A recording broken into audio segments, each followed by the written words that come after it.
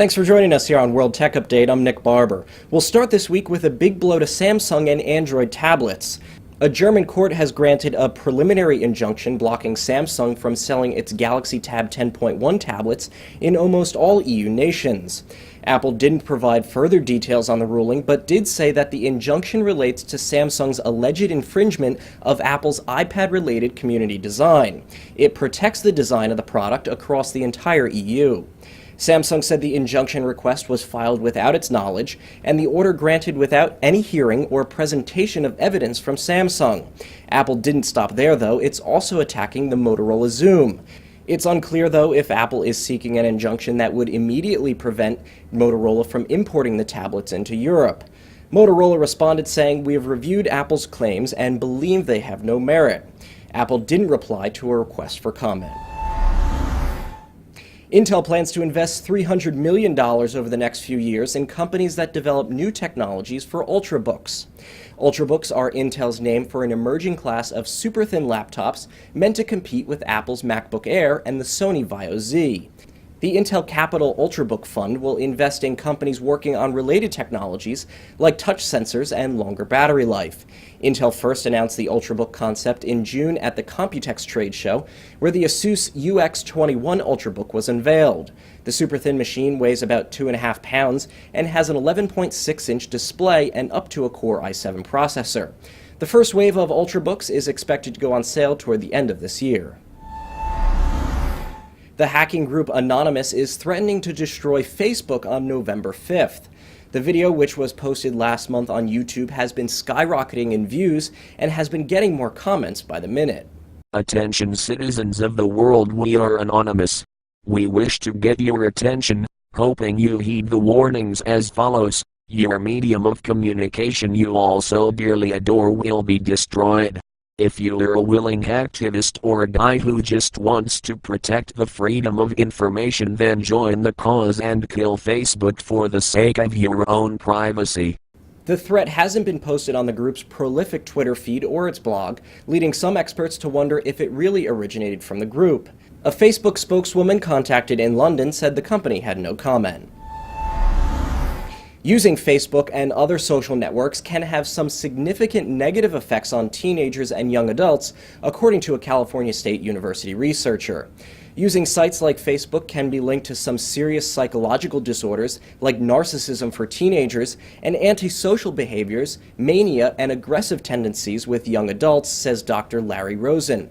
Rosen said overdoing it on social networking sites can draw out negative emotional behaviors, but isn't trying to imply that Facebook creates psychological disorders. Panasonic, Samsung, and Sony are collaborating on a universal standard for 3D TV glasses. They're working with Expand 3D to make active shutter glasses that will work on multiple TVs. The glasses will use RF and IR standards used in 3D TVs and will go into production this September. They should be on the market sometime in 2012. The new standard will use a variant of the Bluetooth communication protocol, allowing users to move away from the line of sight of a 3D television without the 3D glasses losing synchronization. Samsung already uses the Bluetooth protocol in its 2011 range of 3D TVs. Windows 7 will be on 42% of the world's computers by the end of this year, a Gartner analyst predicted this week, but it will also probably be the last of Microsoft's operating systems to be deployed to desktops in large volumes. Instead, organizations will opt for rival architectures, including Mac OS X and tablets, and roll out future editions of Windows via virtualization backed by in-the-cloud storage. In an effort to shake Apple's App Store dominance, Amazon has launched a web app that will escape Apple's 30% sales tax by not appearing in Apple's App Store. The move puts the new apps for the Kindle Cloud Reader on its own, away from participation in the App Store revenue sharing model. Amazon's Kindle Cloud Reader is an HTML5 web reader accessible to iPad users, as well as from desktop computers. It offers books and other downloadable content through the web, including offline reading, instead of a native iOS app. The move comes after Amazon in June removed the link to its store from the iOS Kindle app in compliance with Apple's new guidelines. A while back we showed you an MIT project called Siftables, little electronic squares that you can interact with. Now called Sifteo Cubes, they'll be on the market soon.